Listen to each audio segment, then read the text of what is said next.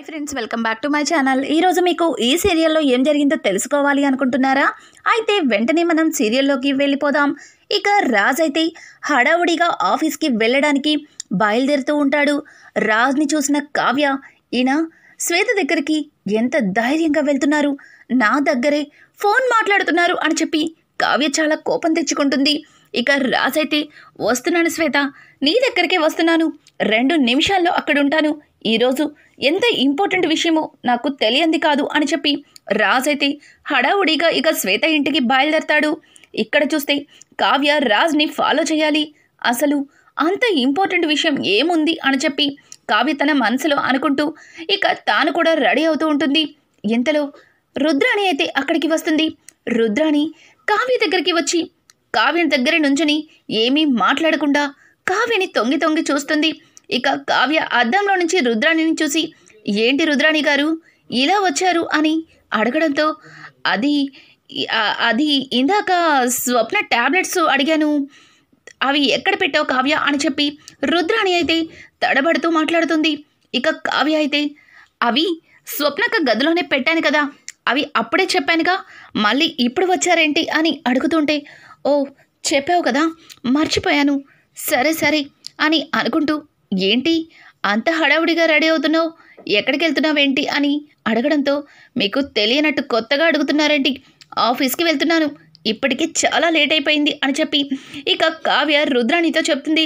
రుద్రాణి కావ్యని మాటల్లో పెట్టి ఇంటికి ఇచ్చిన బీరువా కీస్ని జాగ్రత్తగా డస్ట్బిన్లో పడేలా చేస్తుంది. ఆ తర్వాత రుద్రాణి, నువ్వు పంచువాలిటీ బాగా ఫాలో అవుతున్నావు, టైం టు టైం ఆఫీస్కి వెళ్తున్నావు, అచ్చం రాజులానే తయారవుతున్నావు, రాను రాను రాజ్ చైర్లో కూర్చుంటావా ఏంటి అన్నట్టుగా ఇక రుద్రాణి అయితే కావ్యతో మాట్లాడుతుంది. కావ్య, ఏంటి రుద్రాణి గారు, విషయం ఏంటి, నన్ను తెగ పొగిడేస్తున్నారు, సరేలే నాకు ఆఫీస్కి లేట్ అవుతుంది అని చెప్పి అక్కడి నుంచి కావ్య వెళ్ళిపోతుంది. వెళ్ళవే వెళ్ళు, బాగా దొరికావు, ఇప్పుడు ఎలా ఆడుకుంటానో చూడు నీతో అని చెప్పి ఇంకా రుద్రాణి అయితే ఆ కేసుని తీసుకుని అనామిక దగ్గరికి వెళ్తుంది. అనామిక రుద్రాణిని చూసి, ఏంటాంటీ కీస్ దొరికాయా అని అడగడంతో, ఈ రుద్రాణి వెళ్తే దొరకకుండా ఉంటాయా ఏంటి, ఇదిగో కీస్ అని చెప్పి ఇక అనామికకి చూపిస్తుంది. అనామిక అయితే, వావ్, ఈరోజు ఉదయం లేచి ఎవరి మొహం చూశానో కానీ అన్నీ మనకి గుడ్ న్యూస్లే అని చెప్పి అనామిక అంటూ ఉంటే, ఏం గుడ్ న్యూస్ అనామిక, కీస్ మాత్రమే దొరికాయి, ఇంకా ఏం చేయలేదు కదా మనం అని అనడంతో, అయ్యో ఆంటీ, మీకు కాదులే, నాకు గుడ్ న్యూస్, ఈరోజు మా ఆయన కళ్యాణ్ ఆఫీస్కి వెళ్తున్నారు, అలాగే ఆ కావ్యక్కని ఇరికించడానికి కీస్ కూడా దొరికాయి అని చెప్పి ఇక ఆ కీస్ తీసుకొని అక్కడి నుంచి రుద్రాణి దగ్గర నుంచి వెళ్తుంది. రుద్రాణి కూడా అనామిక వైపు చూస్తూ, నేను చెయ్యవలసినవన్నీ ఈ అనామిక చేస్తుందని అనామిక మీద నాకు ఫుల్ నమ్మకం ఉంది, వచ్చేసింది కూడా, చూద్దాం ఏం జరుగుతుందో అన్నట్టుగా రుద్రాణి అయితే ఇక అనామిక వెంటే వెళ్తుంది. అనామిక గుమ్మం బయట నుంచి అపర్ణ గదిలోకి తొంగి తొంగి చూస్తుంది. అపర్ణ అయితే పేపర్ చదువుకుంటూ బయటికైతే వస్తుంది. అపర్ణ అలా బయటికి రావడంతో అనామిక ఒక్కసారిగా పరుగును వెళ్ళి సోఫాలో కూర్చుంటుంది. సోఫాలో కూర్చున్న అనామికని చూసి అపర్ణ అయితే, తిను ఇంతసేపు నా గుమ్మం దగ్గరే ఉన్నట్టు అనిపించిందే, కానీ ఎందుకలా అనిపించింది అన్నట్టుగా అనామిక గురించి అనుకుంటూ ఇక అపర్ణ తనకి ఫోన్ రావడంతో ఫోన్ పట్టుకొని బయటకైతే వెళ్ళిపోతుంది. ఇంకా చాలా ప్లాన్గా స్వప్నేమో అనామిక గదిలోకి వెళ్ళి ఇంకా ఆ బీర్వాని ఓపెన్ చేస్తూ ఉంటుంది. ఇక ఇక్కడ చూస్తే రుద్రాణి ఏమో గుమ్మం బయట నుంచుని అపర్ణాదేవి రాకుండా కాపలా కాస్తూ ఉంటుంది. సుభాష్ ఇచ్చిన 5 లక్షలు కూడా బీర్వాకి ముందుగానే కనిపిస్తూ ఉంటాయి. ఇక లాకర్ ఉన్న గదిని ఓపెన్ చేసి ముందుగా ఉన్న 5 లక్షల్ని తీసుకొని అనామిక ఇక బీర్వా లాక్ చేసి అక్కడి నుంచి బయటికి వచ్చేస్తుంది. అనామిక రావడంతోనే స్వప్న రుద్రాణి అయితే పరుగున ఇక అనామిక దగ్గరికి వచ్చి, అయిపోయిందా పని అని అడగడంతో, అయిపోయిందా ఆంటీ, ఇక ఆ కావ్యని ఎలా ఇరికించాలో అది చూద్దాం అని చెప్పి ఇక అపర్ణ లోపలికి వస్తూ ఉంటే, పద వదిన వచ్చేస్తుంది అని చెప్పి ఇక రుద్రాణి అలాగే అనామిక ఇద్దరు కూడా తోడు దొంగలు పైకంటూ వెళ్ళిపోతూ ఉంటారు. ఇదంతా కూడా వాళ్ళకి తెలియకుండానే స్వప్న గమనిస్తుంది. ఇక స్వప్న అయితే వీళ్ళు ఏం చేస్తారో చూద్దాం అన్నట్టుగా తాను కూడా తన గదిలోకి వెళ్ళిపోతుంది. ఇక్కడ చూస్తే కావ్య రాజ్ వెమ్మటే శ్వేత ఇంటికి వెళ్తుంది. అప్పటికే శ్వేత భర్త వచ్చి విడాకుల పైన సంతకాలు పెడతాడు. విడాకుల పైన సంతకాలు పెట్టే ముందు, శ్వేత ఒక్కసారి ఆలోచించు, నువ్వంటే నాకు ఎంత ఇష్టమో నీకు తెలుసు. నువ్వు వీడి మాయలో పడి వీడి మోజులో పడి నాకు విడాకులు ఇస్తున్నావు అని అంటుంటే, ఏయ్ ఏంట్రా ఎక్కువ వాగుతున్నావు, పెడతావా లేదా సంతకం, లేకపోతే నేనేం చేస్తానో నీకు తెలీదు అని చెప్పి రాజ్ అయితే ఇక అరవింద్ని ఒక్కటి పీకుతాడు. వద్దు సార్, కొట్టద్దు, ఎక్కడ కావాలంటే అక్కడ పెడతాను, లాయర్ గారు ఎక్కడ సంతకం పెట్టాలి అని చెప్పి ఇక లాయర్ ముందు అరవింద్ సంతకం పెట్టేస్తాడు. అమ్మా, ఈ రోజుతో ఈయనకి నీకు ఎటువంటి సంబంధం లేదు, ఇక ఈయనతో మీకు విడాకులు అయిపోయినట్లే అని చెప్పి లాయర్ గారు ఆ పేపర్లని శ్వేత చేతిలో పెట్టి అక్కడి నుంచి ఇక బయటకైతే వెళ్ళిపోతాడు. అరవింద్ కూడా చెప్తా మీ పని చెప్తా, నన్ను నా పెళ్ళాన్ని విడతీసావు కదా, నిన్నస్సలు వదిలిపెట్టను అని చెప్పి ఇక రాజ్ వైపు ఉరుమురిమి కోపంగా చూస్తాడు. ఏయ్ చూసింది చాలు, బయటికి పో అని చెప్పి రాజ్ అయితే అరవింద్ని పొమ్మని చెప్తాడు. అరవింద్ కూడా చాలా కోపంగా బయటకైతే వచ్చేస్తాడు. ఇక కావ్య అయితే శ్వేత ఇంటి ముందు కారు ఆపుతుంది. ఇంకా శ్వేత అలాగే రాజ్ ఏం చేస్తున్నారా అని కావ్య వచ్చేసరికి రాజ్ కావ్యని చూసేస్తాడు. ఇంకా శ్వేత అలాగే రాజ్ ఇద్దరు కూడా బయటికి రావడంతో శ్వేత, రాజ్ ఈరోజు నాకు సంతోషంగా ఉంది, కానీ కాస్త బాధగా కూడా ఉంది అని చెప్పి శ్వేత అంటూ ఉంటే, శ్వేత మాటలకి ఇక రాజ్ అయితే, ఎందుకు శ్వేత బాధపడతావు, ఇప్పుడు ఈరోజు ఆనందించాల్సిన విషయం, నీకు విడాకులు వచ్చేసినాయి, ఇక మన ఇద్దరికి ఏ అడ్డం లేదు అని అనడంతో, ఏంటి రాజ్ ఏంటి ఇలా మాట్లాడుతున్నాడు అని చెప్పి ఇక శ్వేత అయితే తల పక్కకి తిప్పి చూస్తుంది. అక్కడ కావ్య కనిపిస్తుంది. ఎందుకు రాజ్ ఇలా మాట్లాడుతున్నావు, వద్దు అని అంటుంటే, నువ్వెందుకు శ్వేత కంగారు పడతావు, నేనున్నాను కదా, నీకు విడాకులు వచ్చేసినాయి, ఇక మనిద్దరం పెళ్లి చేసుకొని సంతోషంగా ఉండొచ్చు అని చెప్పి రాజ్ గట్టిగా మాట్లాడుతూ ఉంటే ఇక శ్వేత అయితే, రాజ్ ప్లీజ్ రాజ్ పాపం అని చిన్నగా మాట్లాడుతుంటే, ఏంటి నాకు విడాకులు రాలేదంటావా, ఏం పర్వాలేదు, నేను ఆల్రెడీ ఆ కళావతితో చెప్పాను కదా మనిద్దరం విడిపోతామని, తాను కూడా మనకి విడాకులు ఇచ్చేసింది, తర్వాత ఇద్దరం హ్యాపీగా పెళ్లి చేసుకొని సంతోషంగా బతికేయచ్చు అని చెప్పి ఇక శ్వేతని ఎత్తుకొని గిరగిర తిప్పేస్తాడు. ఆ మాటలు విన్న కావ్య గుండె పగిలేలా ఏడుస్తుంది. ఏం చేశాను ఈయనకి, ఎందుకు ఇంత పెద్ద నిర్ణయం తీసుకున్నారు నా విషయంలో, ఈయనకి ఎందులో నేను తక్కువ చేశాను అని చెప్పి కావ్య చాలా బాధపడుతూ కారు ఎక్కుతుంది.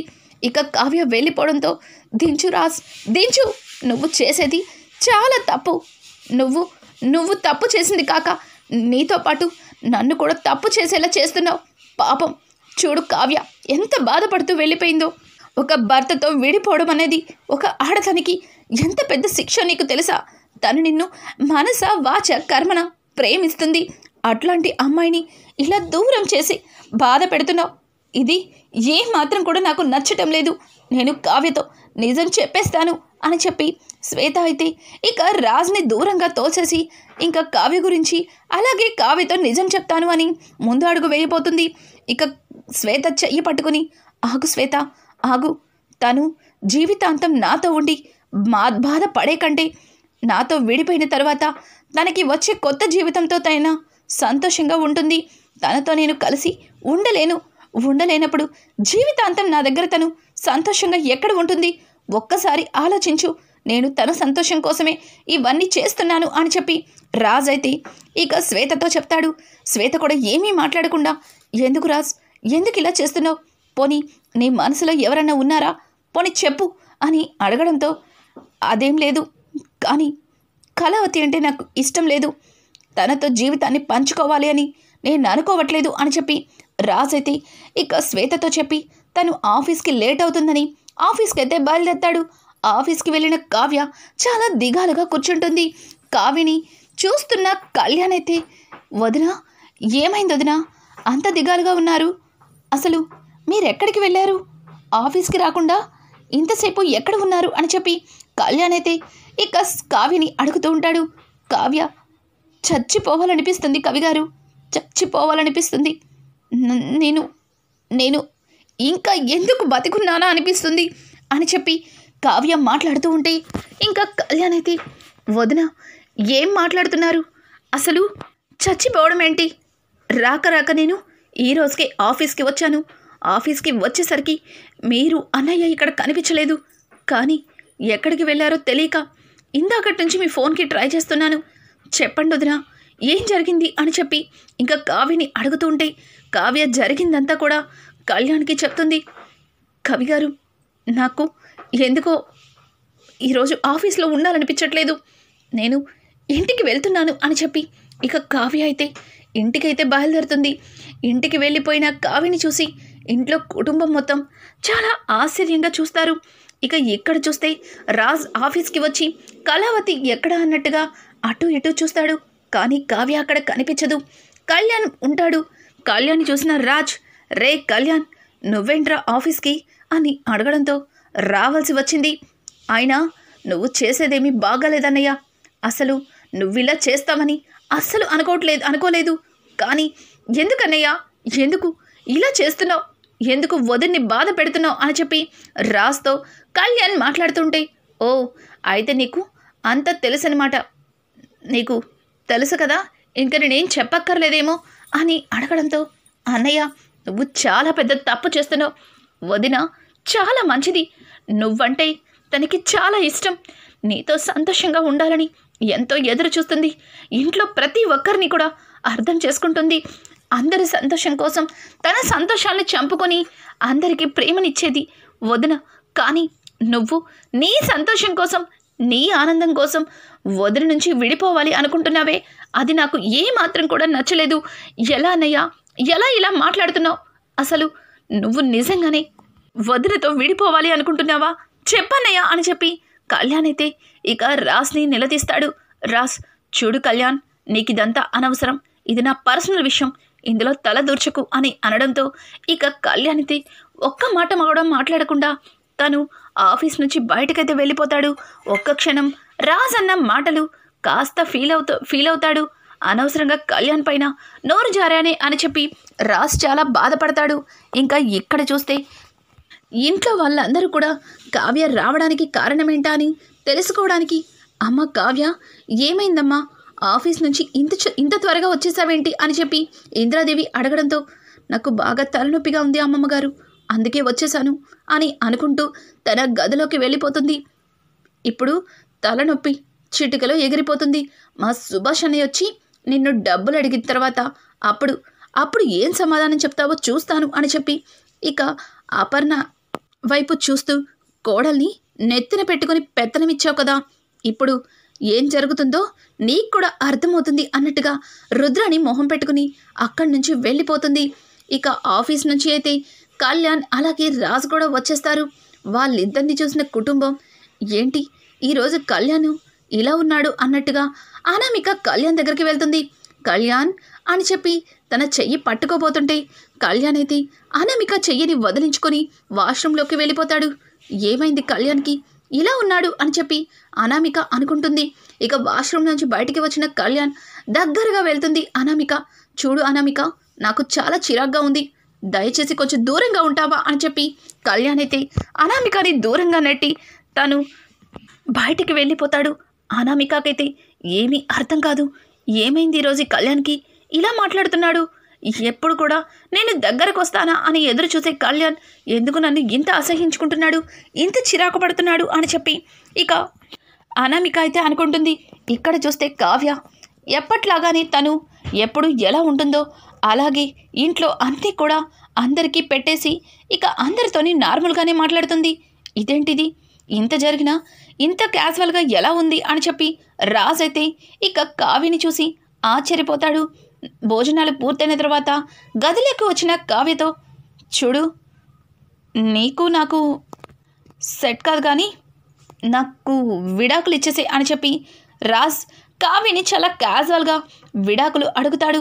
కానీ కావ్య రాజ్ వైపు చాలా కోపంగా చూస్తూ, చూడండి మీరు విడాకులు ఇచ్చేస్తారేమో, కానీ ఇక్కడ తాతయ్య, నానమ్మ, తాతయ్య, అమ్మమ్మ, అత్తయ్య గారు అందరూ కూడా ఈ దుగ్గిరాలి ఇంటి బాధ్యతని నాకిచ్చారు. దాన్ని నేను ఎప్పటికీ వదులుకోలేను.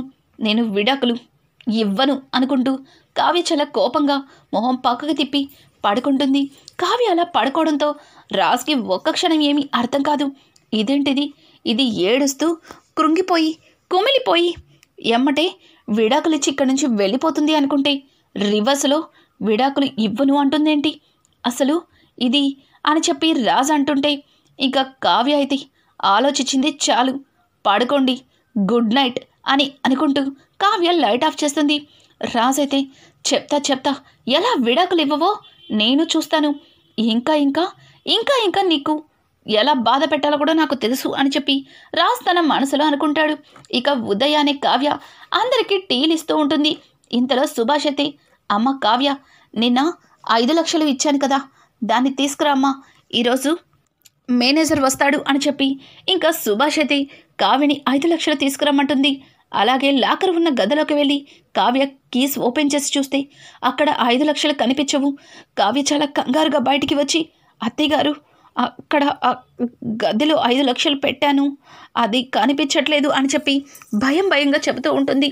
అదంతా చూస్తున్న రుద్రాణి అయితే, ఏంటి కేసు తీసుకున్నా ఒక్కరోజుకి 5 లక్షలు ఖర్చు పెట్టేశావా, అసలు ఏంటి నువ్వు అని చెప్పి రుద్రాణి అయితే కావాలని కావ్యని మరింత అందరి ముందు అవమానిస్తూ ఉంటుంది. కావ్యని అలా అవమానిస్తున్న రుద్రాణి, నా కోడల్ని నిలదీసే హక్కు నీకు లేదు. ఏంటి కావ్య, ఏమంటున్నావు నువ్వు? పెట్టిన 5 లక్షలు కనిపించకపోవడం ఏంటి? కీస్ ఇచ్చిన తర్వాత ఆ కీస్ నీ దగ్గరే ఉన్నాయి కదా, కానీ నువ్వు ఇప్పుడు అని అంటూ ఉంటే కావ్య ఆఫీస్కి వెళ్లే ముందు హడావుడిగా వెళ్తూ ఉంటే రుద్రాణి తనతో మాట్లాడడం గుర్తు చేసుకుంటుంది. కానీ కావ్య రుద్రాణి గారు, నిన్న నేను ఆఫీస్కి వెళ్లే ముందు స్వప్నక్క టాబ్లెట్స్ కోసం వచ్చారు అని అనడంతో, ఏంటి అటు తిప్పి ఇటు తిప్పి నా దగ్గరికి వచ్చావు? అసలు నేనెందుకు 5 లక్షలు తీసుకుంటాను? ఏది కావాలన్నా నాకు ఇంట్లో అన్నీ ఇచ్చేవాళ్ళు ఉండగా డబ్బులతో నాకేం పని? అయినా టాబ్లెట్స్ తీసుకుని వెళ్ళిపోయాను, కీస్ నీ దగ్గర ఉంటే డబ్బులు నేనెలా తీస్తాను అని చెప్పి ఇక రుద్రాణి అయితే నోటికి వచ్చినట్టు మాట్లాడుతుంది. కావ్యని ఇంట్లో అందరూ కూడా కావ్యని ఒక దొంగలాగా మాట్లాడుతూ ఉంటారు. కానీ అపర్ణ మాత్రం కావ్య తప్పు చేయలేదని తనకి పూర్తి నమ్మకం. చూడమ్మ కావ్య, తాళాలు ఎక్కడ పెట్టావు, అసలు ఏం జరిగింది అని చెప్పి అడుగుతూ ఉంటుంది ఇంద్రాదేవి అలాగే అపర్ణ. ఇంతలో కనకం అలాగే కృష్ణమూర్తి ఇద్దరు కూడా ఒక స్వీట్ బాక్స్ తీసుకుని వస్తారు. స్వీట్ బాక్స్ చూడడంతో అందరూ ఆశ్చర్యపోతారు. అమ్మ కావ్య, ఇదిగో అమ్మ స్వీటు, అందరికీ నమస్కారం. ఈరోజు నా చిన్న కూతురికి పోలీస్ ఉద్యోగం వచ్చింది, నాకు చాలా సంతోషంగా అనిపించింది. ముందుగా నా 2 కూతుర్లకి చెప్పాలని అనిపించి ఇక్కడికి వచ్చాం అని చెప్పి ఇంకా కృష్ణమూర్తి అందరికీ స్వీట్ ఇస్తూ ఉంటే ఇక రుద్రాణి అయితే, బాగుంది, చాలా బాగుంది. నిన్నటి వరకు రోడ్డు మీద పిజ్జా డెలివరీ చేసుకుని ఈ అపోకి ఉన్నట్టుండి పోలీస్ ఉద్యోగం వచ్చిందా, అది కూడా ఒక్క రోజులోనే, ఏ రికమెండేషన్ లేకుండా, ఏమీ లేకుండా. ఏం టాలెంట్ ఉందట అప్పుకి అని చెప్పి రుద్రాణి అయితే నిలదీస్తూ ఉంటుంది. రుద్రాణి గారు, మీ ఇష్టం వచ్చినట్టు మాట్లాడద్దు.